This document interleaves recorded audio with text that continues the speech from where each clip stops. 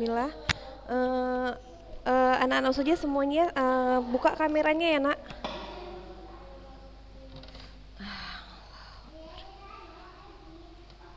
Buka kameranya semua ya. Dengar suara Ustaz aja kan? Oke.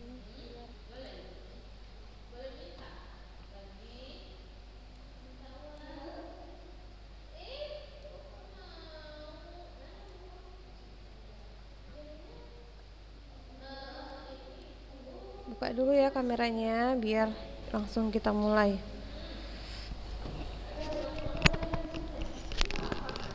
Rizky, Adelia, Az-Zuhra, terus Fani, Rafifah, Deandra, Sarah, Anissa Ramadhani, Syafina, Sabrina. Buka kameranya. Vira Winokan.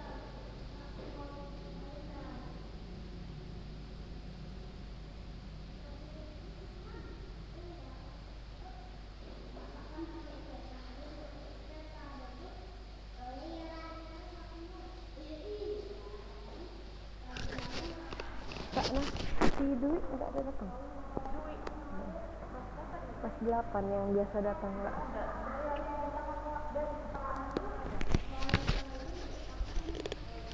Memang nggak masuk lagi orang nih. Nggak tahu tapi ya anak SMA ada di bawah si Aulia itu.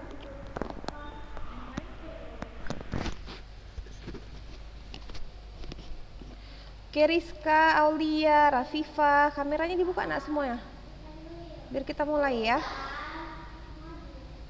Fani. Udah.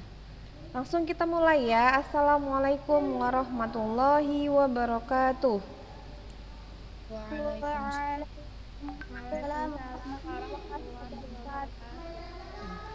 Apa kabar semuanya? Sehat?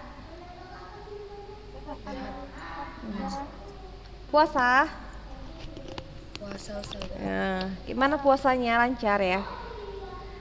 Puasa dalam kondisi online ya kan, belajar online kayaknya tidak menimbulkan banyak tenaga berlebihan ya kan, jadi bisa menghemat. Ini enaknya daring itu ya kan. Nah, kita mulai ya pembelajaran kita hari ini. Ya minggu lalu itu kan kita belajar terus tiba-tiba mati ya kan.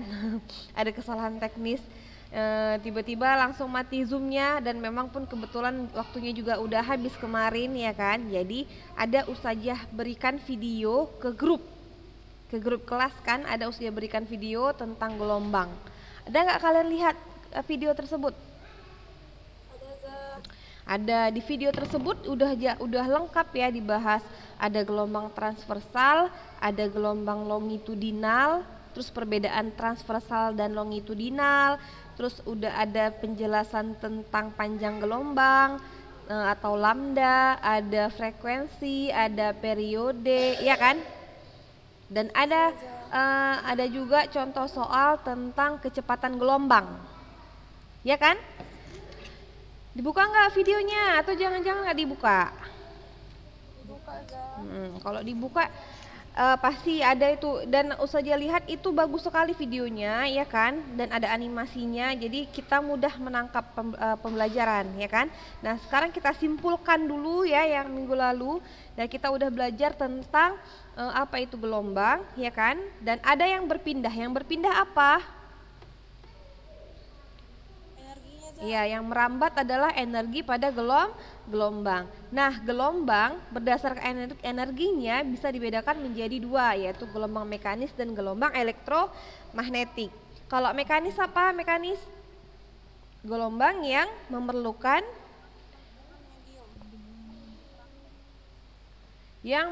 medium perantara. Sedangkan gelombang elektromagnetik adalah gelombang yang tidak memerlukan medium perantara. Contoh gelombang mekanis apa? Gelombang tali. Ya, gelombang elektromagnetik contohnya apa yang harus dijelaskan kemarin?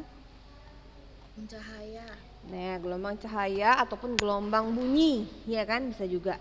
Nah, gelombang berdasarkan arah rambatannya, gelombang terbagi dua, ada gelombang transversal, ada gelombang longitudinal. Transversal adalah gelombang yang arah rambatannya tegak lurus, ya kan? Kemudian sedangkan longitudinal yang arah lambatnya sejajar, ya kan? Nah, kalau dia gelombang transversal ditandai dengan adanya puncak dan bukit. Bukit dan lembah.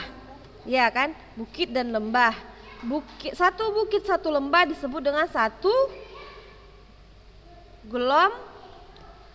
gelombang atau satu panjang gelombang atau satu lambda. Panjang gelombang disimbolkan dengan tanda seperti ini. Ini dibaca lambda. Satuannya adalah meter. Yang mana amplitudonya pada gambar ini? Amplitudo yang mana? Yang mana? Yang mana amplitudonya pada gambar 10,2 ini? BB aksen, DD aksen atau FF aksen, HH aksen. Jadi amplitudo pada gelombang itu selalu sama. Kalau misalnya amplitudo dari BB aksen ini adalah 2, maka DD aksen juga 2, FF aksen juga 2, dan seterusnya ya. Itu disebut dengan amplitudo. Nah, kemudian kita masuk ke gelombang longitudinal. Gelombang longitudinal dia adalah gelombang yang sejajar, arah rambatannya sejajar. Dia ditandai dengan adanya rapatan dan regangan. Kalau di transversal satu bukit satu lembah itu satu gelombang, maka pada gelombang longitudinal satu rapatan dan satu regangan disebut dengan satu gelombang. Seperti pada gambar ini. Ini kan ada ini regangan, ini rapatan, ini regangan, ini rapatan. Nah, satu rapatan satu regangan maka disebut dengan satu panjang gelombang, atau dari sini ke sini disebut dengan satu panjang gelombang atau satu lambda ya. Kemudian hubungan antara panjang gelombang, frekuensi, cepat rambat, dan periode gelombang. Nah, kecepatan gelombang itu berbeda-beda ya. Seperti misalnya cahaya itu punya cepat rambatnya. Cepat rambat, kamu lihatlah, matahari itu sangat jauh. Matahari itu sangat jauh, tapi cahayanya bisa kita rasakan sampai ke bumi kan? Dan gelombang cahaya dari matahari ke bumi itu adalah kecepatannya adalah 3 kali 10 pangkat 8, berarti nolnya ada 8. 3 kali 10 pangkat 8 meter per sekon. Sedangkan bumi itu kecepatannya hanya 340 meter per sekon. Jauh sekali kan? Nah, cepat rambat ini dilambangkan dengan V. V, satuannya adalah meter per sekon. Nah, untuk V kita ada 2 rumusnya. V itu ada 2 rumusnya, bisa V sama dengan lambda per T atau V sama dengan F kali lambda. Bedanya apa ini? Kalau yang V sama dengan lambda per T ini kalau dia diketahui periode. T itu periode ya kan? Nah, tapi kalau misalnya di soal nggak ada diketahui periode tapi ada diketahui frekuensi, maka pakai rumusnya ini. V sama dengan F dikali lambda. Jadi tergantung apa yang diketahui ya. Mana yang mau kita pakai rumusnya, lihat apa yang diketahui. Kalau diketahui di soal itu ada periode, pakai yang atas. Tapi kalau nggak ada periode tapi cuma ada frekuensi, maka pakai yang bawah, yaitu V sama dengan F kali lambda. Nah, kemarin ada contoh soal, tapi ini akan jelaskan sedikit contoh soalnya ya. Ini ada contoh soal yang lain. Adik, jangan ribut. Nah, gelombang pada permukaan air merambat dengan panjang gelombang 2 meter. Panjang gelombang 2 meter. Apa yang diketahui berarti ini? 2 meter apa? Panjang gelombang apa tadi? Lambda. Lambda sama dengan 2 meter. Kemudian jika waktu yang dibutuhkan untuk menempuh satu gelombang adalah 0,5 sekon, lihat sekon. Sekon berarti satuan dari apa? Periode kan? Maka kita buat apa yang diketahui? Diketahui lambdanya. Lambdanya 2 meter. periodenya 0,5 sekon. Lihat dari satuan ya. Tapi kalau misalnya di soal dia 0,5 Hz, maka ini yang diketahui adalah frekuensi. Nah, yang ditanya berapa cepat lambat gelombangnya dan berapa frekuensi gelombang. Nah, cepat lambat gelombang berarti kita pakai rumus yang mana? V sama dengan lambda per T atau V sama dengan F dikali lambda?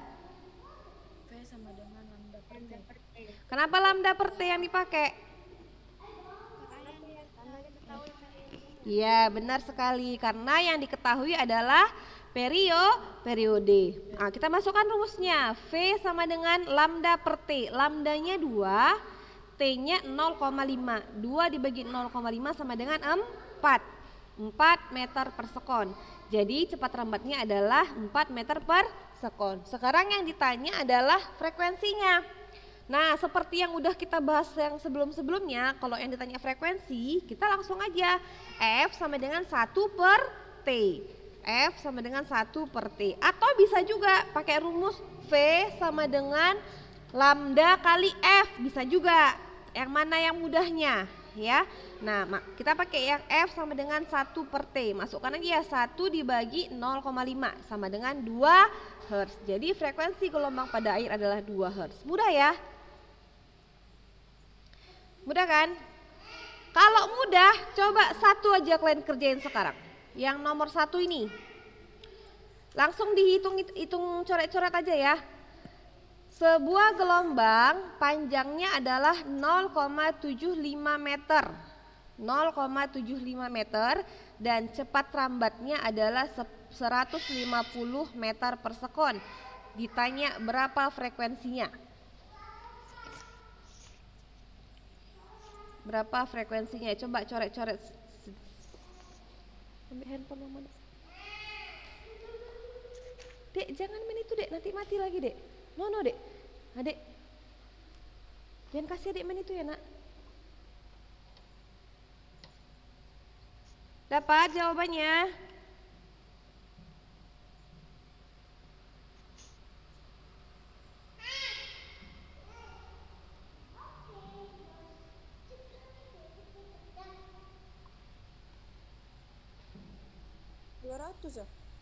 Berapa? 200? 200 ya? Nah, apa yang diketahui? Lambda. Ya kan? Lambdanya 0,75. Kemudian cepat lambatnya berarti V. V-nya 150. Ya kan? Nah, yang ditanya frekuensi, pakai rumus apa? V sama dengan lambda dikali F, ya kan? V sama dengan lambda dikali F. Berarti kalau F yang ditanya berarti V per lambda kan? V per lambda. Bagikan aja 150 dibagi 0,75. Hasilnya adalah 200. Apa satuannya?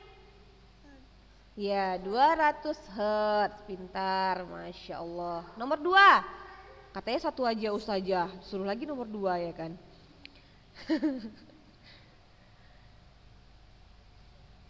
Satu lagi aja lah ya, nomor 3 ya. Nomor 3, jika frekuensi suatu getaran adalah 440 Hz, kemudian panjang gelombangnya adalah 75 cm, berapa kecepatan gelombangnya? Yang ditanya berarti V.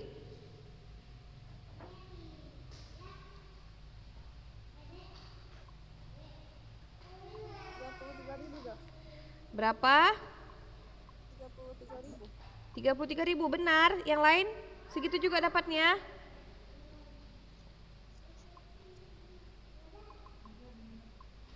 Salah. Nomor 3 kan sih? Iya, nomor 3, bukan 33.000. 330. Iya, 330. Ya, kenapa 330? Itu panjang Sentimeternya diubah ke meter. Iya, benar sekali, Masya Allah. Jadi sentimeternya dirubah dulu ke meter. 75 dibagi 100 kan, jadinya 0,75 5. Ya udah tinggal dikalikan aja kan, rumusnya kan V sama dengan lambda dikali F. Lambdanya 0,75 dikali 440. Hasilnya adalah 330. Apa satuannya? Meter per sekon. Masya Allah. Ada pertanyaan sampai di sini? Paham semua? Paham, Za. Oke, lanjut ya. Kita lanjut ya. Oke, kita lanjut. Selanjutnya adalah tentang pemantulan gelombang.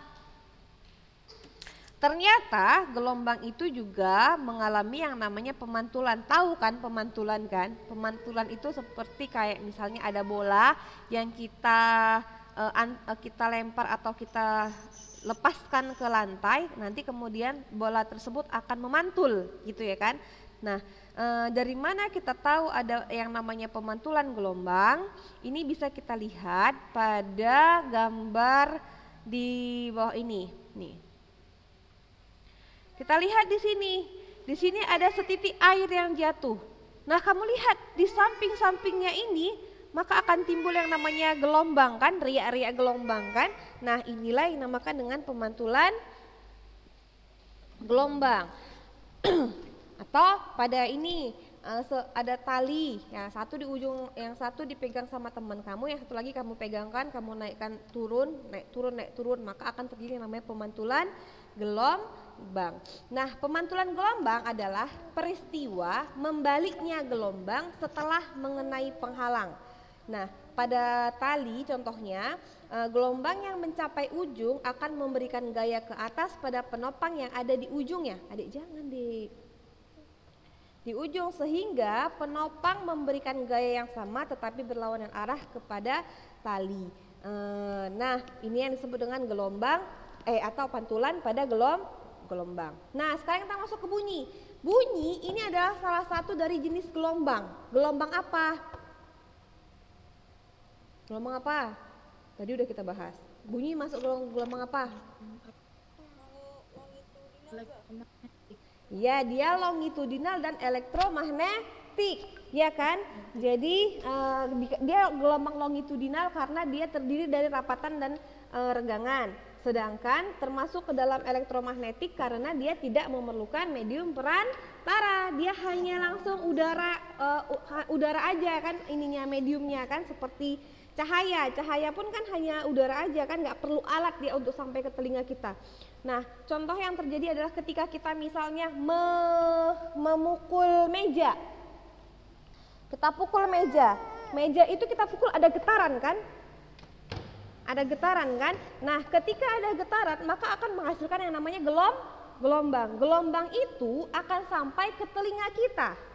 Ya kan? Akan sampai ke telinga kita, masuk melalui daun telinga kita, ya kan? Langsung masuk ke menggetarkan gendang telinga kita dan selanjutnya. Jadi bunyi ini juga termasuk ke dalam gelombang. Nah, karena kita nggak ada praktikum, jadi langsung aja ya.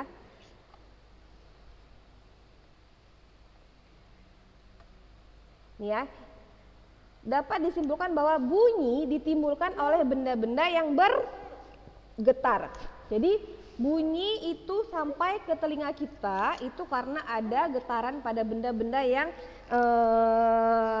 kita beri gangguan. Tunggu dulu ya, anak bayi ini agak repot.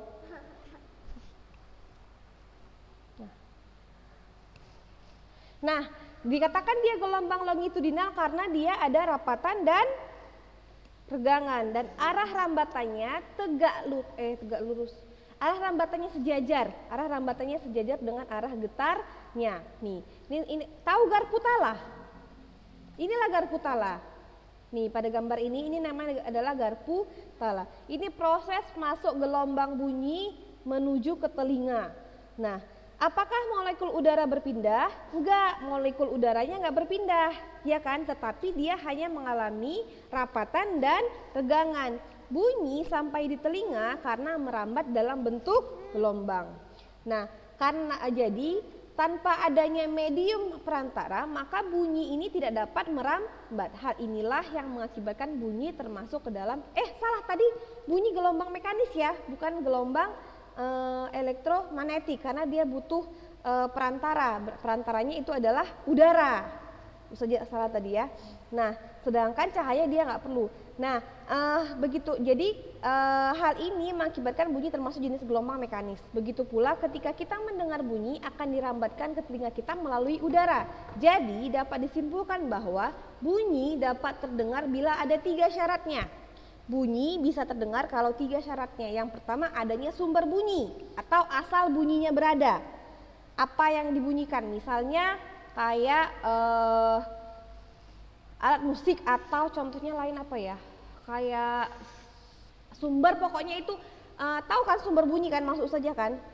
Asal dari bunyi itu berada. Itu adalah syarat yang pertama. Yang kedua adanya medium perantara atau zat perantara. Yang ketiga adanya alat penerima atau pendengar. Kalau nggak ada yang dengar ya nggak dikatakan bunyi. Ya kan? Jadi bunyi dikatakan bisa terdengar kalau ada 3 syaratnya, ya. 3 syarat terdengarnya bunyi. Yang pertama adalah adanya sumber bunyi atau asal bunyinya. Yang kedua adanya medium perantara. Yang ketiga adanya pendengar atau penerima bunyi tersebut. Inilah yang disebut dengan syarat-syarat terdengarnya bunyi. Seberapa cepat kita dapat mendengar bunyi? Ahli fisika bernama Miller melakukan percobaan untuk mengukur kecepatan bunyi di udara dengan menembakkan peluru sebagai sumber bunyi dan meletakkan detektor pada jarak tertentu. Nah, pada percobaan tersebut, kecepatan bunyi tergantung pada temperatur, jadi tergantung pada suhu. Semakin rendah suhunya, maka semakin besar kecepatan bunyinya, semakin cepat bunyinya. Jadi kalau dia semakin rendah suhu, berarti semakin dingin ya. Semakin dingin suhunya, maka kecepatan bunyi semakin cepat. Hal ini dijelaskan mengapa pada malam hari bunyi terdengar lebih jelas daripada siang hari. Karena pada siang hari gelombang bunyi itu dibiaskan ke udara yang lebih panas. Karena suhu udara yang panas, kayak kalau panas berarti kan daerah atas ya kan. Adik, jangan ribut kenapa, Dik? Karena suhu udara bagian atas permukaan bumi itu lebih panas dibandingkan suhu udara di bagian bawah bumi. Jadi maka dia pada siang hari dia kecepatannya lebih rendah daripada malam hari. Nah, itu adalah penjelasan dari Miller, ahli fisika Miller. Jadi suhu mempengaruhi cepat rambat bunyi. Suhu mempengaruhi cepat rambat bunyi. Maaf ya, ini anak bayi ini agak susah, jadi Ustazah nggak konsentrasi ngajarnya. Nah, bunyi juga dia cepat rambatnya tergantung dari medium perantaranya. Kalau udara berarti kan suhunya kan 0 derajat, pada suhu 0 derajat Celcius kecepatan rambat bunyi itu bisa 331. Nah, pada udara yang suhunya 15 derajat Celcius, astagfirullah. Pada udara yang suhunya 15 derajat Celcius, maka kecepatan cahaya adalah 340 meter per sekon dan seterusnya. Bisa dilihat ya, tergantung air sama air laut juga dia kecepatannya lebih beda. Air laut dia lebih lama daripada air biasa, walaupun pada suhu yang sama. Tunggu Hana ini pun. Nah, kemudian frekuensi bunyi. Apakah semua bunyi dapat terdengar di telinga manusia? Tidak. Jadi nggak semua bunyi bisa kita dengar. Suara semut bisa nggak kita dengar? Nggak bisa. Suara ikan paus bisa nggak kita dengar? Nggak. Karena apa? Karena frekuensinya berbeda. Ini pernah kita pelajari waktu SD kan. Berdasarkan frekuensi bunyi itu dibagi 3. Ada yang namanya infrasonik, audiosonik, dan ultrasonik. Ya kan? Berdasarkan frekuensinya infrasonik, audiosonik, dan ultrasonik. Nah, apa yang membedakan ketiganya? Frekuensinya. Kalau infrasonik dia frekuensinya di bawah 20 Hz. Nih, kalau audio 20 sampai 20.000, sedangkan ultrasonik di atas 20.000 Hz. Nah, inilah. Nah, kita manusia di mana? Infra, audio atau ultra? Audio.